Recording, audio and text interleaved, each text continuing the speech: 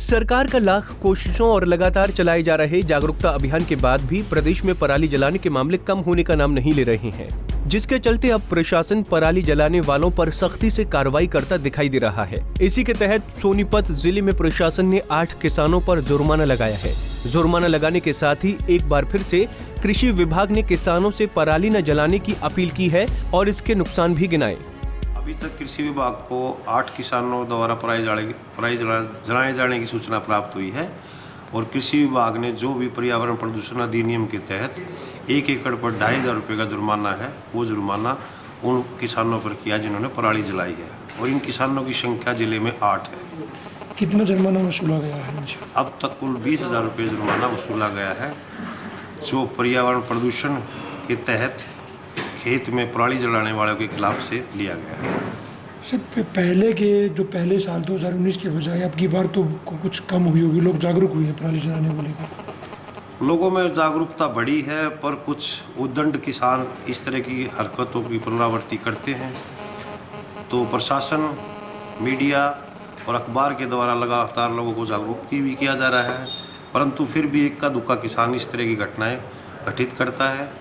लेकिन सोनीपत ज़िले में इस तरह की घटनाएं कम हैं, क्योंकि हमारे यहाँ बासमती का क्षेत्र है और बासमती की पराल मुख्यतः पशु चारे, मशरूम एवं अन्य ज़िलों में बिक्री के लिए जाती है, इसलिए यहाँ इस तरह की घटनाएं कम ही होती हैं। उधर किसानों पर हुई इस कार्रवाई से लोग परेशान नजर आ रहे हैं और पराली जलाने को लेकर सरकार को ही जिम्मेदार ठहरा रहे हैं।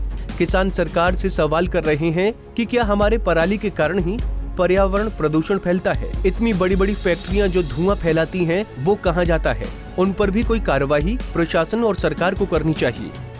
ये किसान की मजबूरी है। किसान जो है वो बेचारा कि शरीफ ईमानदार प्राणी लगा लो, हमारे भारतवर्ष में 80% जो आबादी है वो किसान पे निर्भर करती है, लेकिन सरकार जो है वो कोई ध्यान नहीं देती है। अब रही बात पराली की, अब खेत में जो पराली होगी उसको किसान क्या करेगा? वो वेस्ट तो जाती नहीं, तो जलाएगा। अगर सरकार ऐसा कोई प्रावधान कर दे कि पराली को भी किसी चीज़ में यूज़ कर दे, कोई इंडस्ट्री में कर दे या उसको कहीं डालने का सिस्टम बनाया जाए, तो किसान तो उसको बाद को जैसे धान को बेचने मंडी में जाता है, पराली को बेचने जाएगा।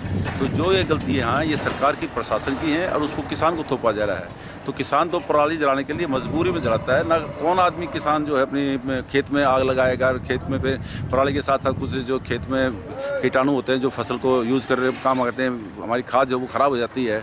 तो पराली जलाना तो किसान के लिए एक मजबूरी का सौदा है। नहीं अगर सरकार उसको टाइम उचित भाव दे तो वो तो इसको बेच के खुश रहेगा। तो सरकार से हमारी विनती है, प्रशासन से, कि पराली का कोई समाधान निकाला जाए। जो हमारे कृषि वैज्ञानिक हैं, इतने इंस्टीट्यूट खुले हुए हैं, वो क्या काम करते हैं, कम से कम इसका ऐसा उपयोग किया जाए कि किसान भाग के पराली और धान से पहले पराली को दिया जाए। किसानों का मानना है कि सरकार को ऐसा इंतजाम करना चाहिए जिससे किसान जिस तरह से फसल बेचने के लिए अनाज मंडी जाता है, उसी तरह पराली बेचने के लिए भी उसे सुविधा दी जाए।